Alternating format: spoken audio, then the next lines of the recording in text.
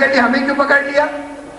تو خدا نے کہا کہ یہ سوال باقی نہ رہے، اس لیے پہلا جو شخص آیا اس کو ہی حاجی بنا کے بھیجا تاکہ انسان اپنی مکاری سے باز آ جائے. اور خدا نے نبوت کا سلسلہ شروع کیا اور پہلے ہی آنے والا شخص نبی بن کے آیا اور آدم سے یہ سلسلہ چلا خاتم تک آیا. اور ہر آنے والا نبی ایک ہی پیغام لے کے آ رہا ہے کہ خدا وحدہ لا شریک ہے، اس کے علاوہ کوئی عبادت کے لائق نہیں، اور اسی کی عبادت کرو، کسی اور کی پرستش نہ کرو. لیکن یہ انسان کہ جو قرآن اس کا مزاج بتا رہا ہے کہ انسان جھگڑالو ہے، بد مزاج ہے، ناشکرا ہے. یہ انسان نے تاریخ میں ثابت کر دیا کہ اللہ نبیوں کو بھیج رہا ہے اس کی ہدایت کے لیے. نہ صرف یہ کہ یہ ان کی ہدایت کو قبول نہیں کر رہا بلکہ انہیں قتل کرنے کے در پہ ہو گئے. تاریخ انبیاء اٹھا کے دیکھیں کتنے ہی نبیوں کو ان کی امت نے قتل کر دیا. تو خدا نے کیونکہ یہ نبیوں کو مانتے نہیں تھے اور جھٹلاتے تھے کہ یہ خدا کا نبی نہیں ہے، تو خدا نے اپنے تمام انبیاء کو معجزے دیے کہ جب نبوت کو جھٹلایا جائے تو تم معجزہ دو. اور معجزہ بھی اسی زمانے کی وہی چیز کہ جس کے اوپر انسان فخر کرتا تھا، خدا نے اپنے نبی کو وہی چیز بہترین انداز میں معجزہ بنا کے دی. داؤد نبی کا زمانہ ہے، طاقت کا زمانہ ہے. وہ آدمی معاشرے میں عزت دار ہے کہ جو طاقتور ہے، جو بڑے سے بڑا پتھر اٹھا لے وہ معاشرے کا بہت زیادہ عزت والا شخص ہے. طاقت کا زمانہ ہے.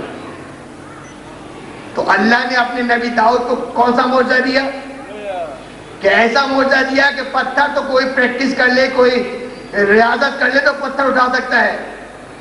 لیکن قرآن بتا رہا ہے کہ اللہ نے داؤد کو کیا معجزہ دیا؟ وَعَلَنَّا لَهُ الْحَدِيدَ. پتھر تو کوئی بھی پریکٹس کر لے، کوئی بھی محنت کرے اٹھا سکتا ہے، لیکن ہم نے داؤد کو یہ معجزہ دیا کہ لوہے کو پکڑتے تھے تو لوہا موم کی طرح نرم ہو جاتا تھا. تو اس زمانے میں طاقت کا زمانہ تھا، اللہ نے لوہے کو داؤد کے ہاتھ میں نرم کر دیا. بتاؤ اس سے زیادہ کون طاقتور ہے؟ حضرت موسیٰ کا زمانہ آیا. اب جادو کا زمانہ ہے، جو جتنا بڑا جادوگر وہ اتنا ہی عزت دار. آپ حضرت موسیٰ کے واقعے میں دیکھ چکے ہیں کہ فرعون کے دربار میں کتنے جادوگر بیٹھائے گئے تھے جو موسیٰ کا مذاق اڑانے کے لیے بیٹھائے گئے تھے. تو خدا نے موسیٰ کو کیا معجزہ دیا؟ اسی زمانے کا معجزہ دیا کہ اے موسیٰ جب یہ اپنی رسیوں کو فرعون کے دربار میں سانپ بنائے، تم اپنا عصا پھینک کے اژدہا بنا دینا، اور خالی تمہارا عصا اژدہا بنے گا نہیں بلکہ ان کے سانپوں کو بھی نکل لے گا. حضرت عیسیٰ کا زمانہ آیا. اب طبابت کا زمانہ ہے، میڈیکل کا زمانہ ہے. نزلہ بخار تو سبھی صحیح کر لیتے ہیں، نزلہ بخار تو ہر آدمی صحیح کر سکتا ہے. خدا نے اپنے نبی عیسیٰ کی نبوت کو بچانے کے لیے عیسیٰ کو کیا معجزہ دیا کہ جب لوگ تمہارے امتی نزلہ بخار کو صحیح کرے نا تو تم مردے کو زندہ کر دینا. اس لیے کہ نزلہ بخار تو سب صحیح کر لیں گے، مردہ کوئی زندہ نہیں کر پائے گا. زمانہ گزرا عیسیٰ کا، اب ہمارے نبی کا زمانہ ہے. درود بھیجے محمد علیہ وسلم.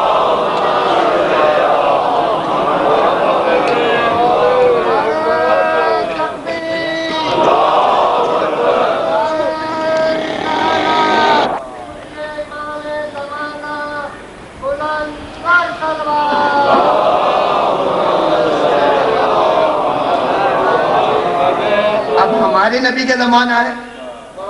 یہ داؤد کا زمانہ نہیں کہ طاقت پہ زور ہو، یہ موسیٰ کا زمانہ نہیں کہ لوگ جادو پہ اترائے، یہ عیسیٰ کا زمانہ نہیں کہ لوگ طبابت پہ اپنے لیے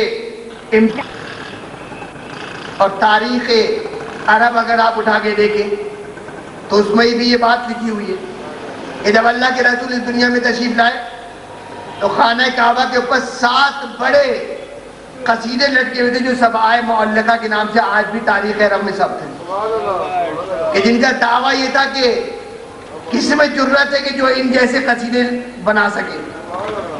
اب علم کا دور ہے، تو اللہ نے وہی اپنی سنت کے جو داؤد کے لیے جاری کی، جو موسیٰ کے لیے جاری کی، جو عیسیٰ کے لیے جاری کی، وہی اپنے نبی کے لیے جاری کی. اور نبی کو بھی وہی معجزہ دیا کہ جو اس زمانے کے لوگوں کے لیے باعث افتخار تھا. علم کا دور ہے، لوگ اپنے قصیدے پہ فخر کرتے ہیں، اللہ نے اپنے نبی کو قرآن دیا اور کہا کہ فاتو بسورۃ من مثلہ، اس تم اپنے ساتھ قصیدے پہ فخر کرتے ہو، ایک سورہ لے کے، ایک سورہ کیا ایک آیت لے کے آ جاؤ اس کی جیسی، اور کوئی آیت نہ لا پایا. قرآن کہہ رہا ہے. تو نبی کو معجزہ کیا دیا گیا؟ قرآن معجزہ نبی کا. تو بس رحمت آپ کی جلدی تمام کرو، ٹائم پورا ہوتا جا رہا ہے، آخر تک پہنچا دوں. اب کیا ایک سوال آپ سے کہ کیا صاحب معجزہ کے بغیر معجزہ باقی رہتا ہے؟ بھائی داؤد صاحب معجزہ، لوہے کا نرم ہونا معجزہ. موسیٰ صاحب معجزہ، عصا کا اسلحہ بننا معجزہ. عیسیٰ صاحب معجزہ، مردہ کا زندہ ہونا معجزہ. تو رسول صاحب معجزہ اور قرآن معجزہ. تو یہ بتائیے کہ کیا صاحب معجزہ کے بغیر معجزہ اپنی معجزیت میں باقی رہتا ہے؟ آج یہ لوہا ہے، کیا میں پکڑ لوں تو کیا یہ نرم ہو جائے گا؟ کیوں؟ لوہا تو ہے نا. یہ وہی لوہا ہے کہ جو داؤد کے زمانے میں تھا. یہ آج میرے پکڑنے سے نرم کیوں نہیں ہو رہا؟ بھائی آج بھی لوہا ہے نا، نرم کیوں نہیں ہو رہا؟ تو جواب دینے والا جواب دے گا کہ یہ لوہا اس وقت نرم ہوگا کہ جب داؤد کے ہاتھ میں آئے گا.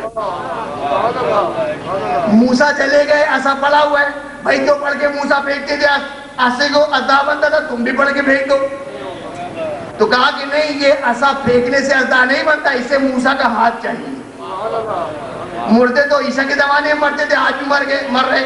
بھائی جو پڑھ کے عیسیٰ زندہ کرتے تھے تم بھی زندہ کر دو.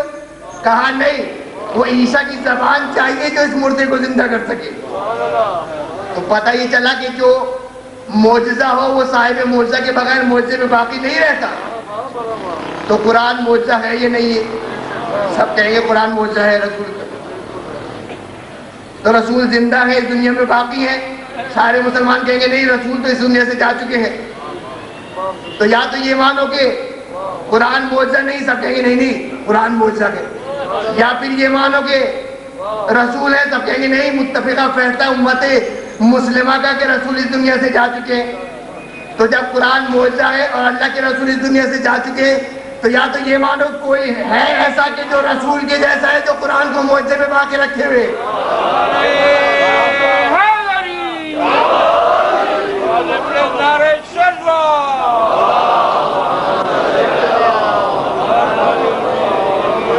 کوئی ایسا ہے کہ جس میں سارے اوصاف رسول پائے جاتے ہیں، کہ جبھی تو قرآن باقی ہے آج تک. کہ بس آج کی مجلس تک تو آپ کو یہی لانا تھا، کیونکہ اس کے بعد کل سے جو مجلس شروع ہوگی وہ وارث کتاب کے حوالے سے جو ہمارا موضوع ہے اس کے حوالے سے ہوگی. آج کا مقدمہ یہ تھا کہ قرآن معجزہ ہے اور معجزہ بغیر صاحب معجزہ کی نہیں رہتا. تو یا تو یہ مانو کہ رسول ہے کہ جو معجزے پہ قرآن کو باقی رکھے ہوئے، یا اگر نہیں ہے تو پھر مانو کہ کوئی ایسا ہے کہ جو اس قرآن کو معجزے پہ باقی رکھے ہوئے. لیکن مجلس ہماری دو حصوں میں ہوتی ہے نا، ایک فضائل ہوتی ہیں اہل بیت کی، ایک مصائب ہوتی ہے اہل بیت. اور اب تو وہ دن آ گئے ہیں نا کہ جسے مومن ساری زندگی انتظار کرتا ہے، سال بھر انتظار کرتا ہے، یا ایام اگر پھر ایک مرتبہ دیکھیں. آج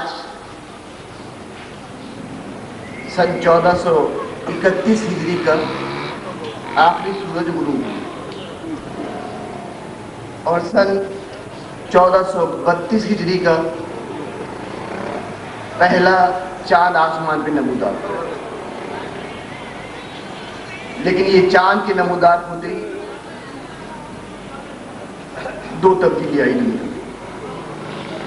ایک تبدیلی تو یہ آئی کہ وہ عزا خانے جو ویران تھے، فرش عزا بچ گئے، روشنیاں لگا دی گئی، عزا خانے آباد ہو گئے۔ لیکن دوسری جو تبدیلی آئی وہ یہ کہ فاطمہ کا گھر اجڑ گیا۔ اب قیامت تک فاطمہ کا گھر آباد نہیں ہوگا۔ کہ فرش عزا یا ایام عزا، عزیزوں اس کی قدر کرو، اس کی اہمیت کو جانو کہ دیکھو خدا نے تمہیں کتنی بڑی نعمت و سعادت سے نوازا ہے کہ ہر آدمی اس فرش عزا پہ نہیں آ پاتا۔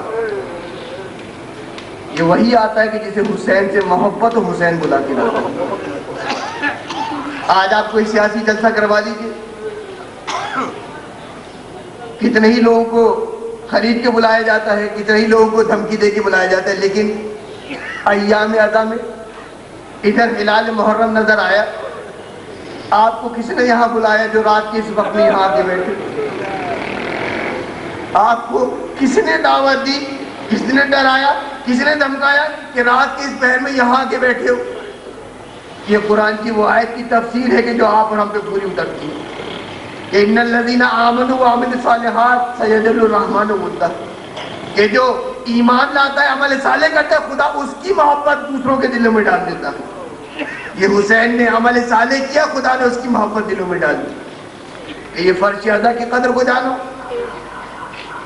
اور اس مراسم، اس عزاداری کو ایسے انجام دو کہ جیسے امام رضا علیہ السلام فرماتے ہیں کہ ایام عزا آتے تھے اور میرے والد یعنی ساتویں امام، کوئی میرے والد کو ہنستے ہوئے نہیں دیکھتا تھا ایام عزا، اور اپنی جیب سے اپنے مال سے پیسہ خرچ کرتے تھے عزاداری کے لیے کہ عزاداری منعقد ہو جائے۔